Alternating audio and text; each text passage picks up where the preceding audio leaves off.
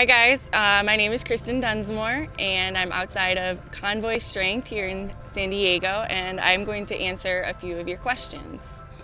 So the first question that we have is, what got you into powerlifting? And I got into powerlifting, I started lifting in 2011. I was going to school at University of Tampa to get my degree in exercise science. And I was working in the human performance lab, and that was kind of my first introduction to strength training, specifically squat, benching, and deadlifting. And then I did my first meet wasn't until 2014 because I was so nervous. So I would say that I would sign up for a meet, or I was going to do a meet, and then I would never sign up because I was scared. So my mom actually signed me up for a meet, and after that it was like, well, I paid for it, so you have to do it. And so I did my first meet, and it was terrifying, but I was good and I enjoyed it, and I continued. So that's how it all began. So the next question is, how nervous were you your first time competing? I was extremely nervous. Like I said, I wanted to pull out. I don't think I slept at all the night before. At the time, it's funny because there was maybe 4 girls who were competing. So it's not that it was that competitive, which is crazy now because the number of women who are competing has grown significantly. But yeah, so my first time, I was extremely nervous. I didn't want to do it at all. I almost pulled out, like I said, and I think it was like after the meet, I was so relieved that it was over, and then it was like, okay, it's not as bad as I thought it was. I actually really enjoyed this, and my next meet was actually Raw Nationals 2014. So that was kind of, a big change from a small local meet to the national level, and I think I ended up placing 3rd at Raw Nationals. So next question, what are your favorite accessory exercises for each of the big 3? So for squatting, I really like doing belt squats just because it takes a little bit of load off my back, and it really allows me to really overload the lower body. And I would also say probably split squats, just because I like doing some single leg variations. So for bench press, I would say probably more of like a feet up, more like less arch variation. My sticking point is right off the chest, so I feel like by kind of taking away that excessive arch kind of helps with that.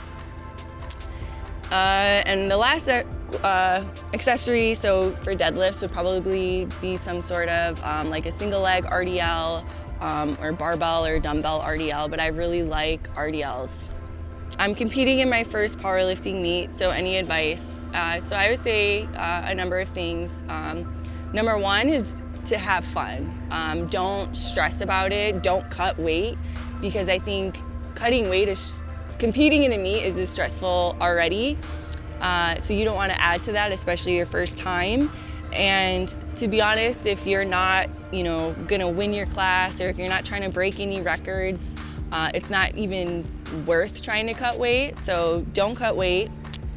Second would be to know the commands, because there are, if you miss the rack command, you have a great squat, but then you miss it because missing a command, it's kind of like it's really frustrating when it's something stupid that could have easily been avoided. Second or third would be to make sure that you bring some food and a lot of fluid, just because I've been to meets that have been, 6 hours or more at times. So you want to be prepared for that. And then of course, just making sure that you have all the equipment, and that all the equipment that you have is legal.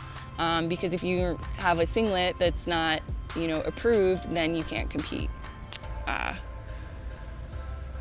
So how did you arrive at your current deadlift setup? I don't know. It's just, I don't have an answer for that. It's just, you do the same thing. I do the same thing over and over, so I guess it kind of is my unique setup over time.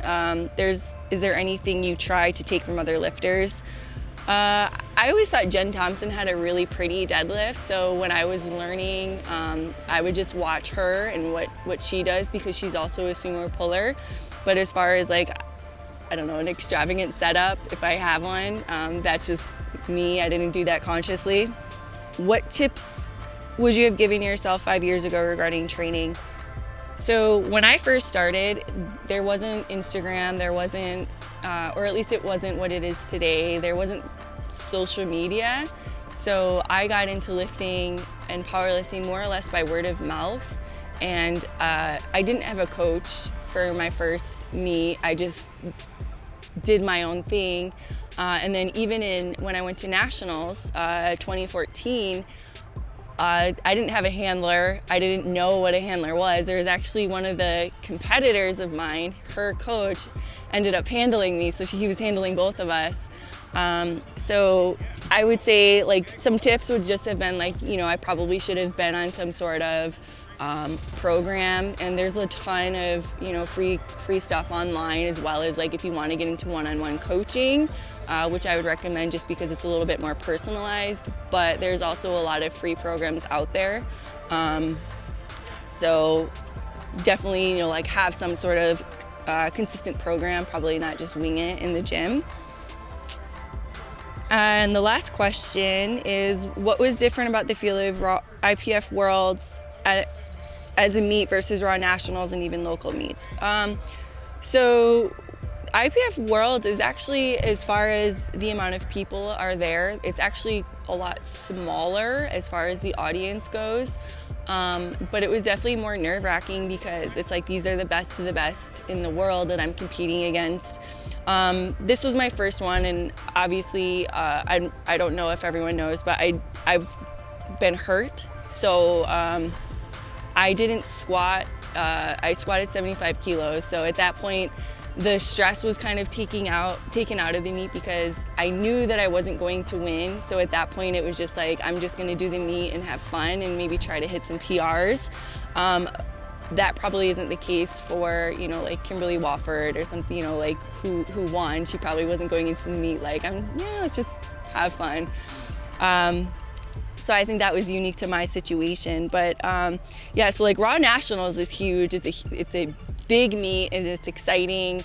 There's a lot of people, so I would say that Raw Nationals and even the Arnolds are probably my two favorite to compete at, just because the energy is so crazy there. And then local meets are still fun. It's just it's not, to me, it's not as stressful. So I haven't done a local. I did do one last year just as a 72.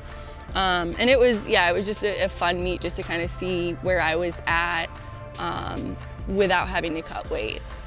So that is all for the questions.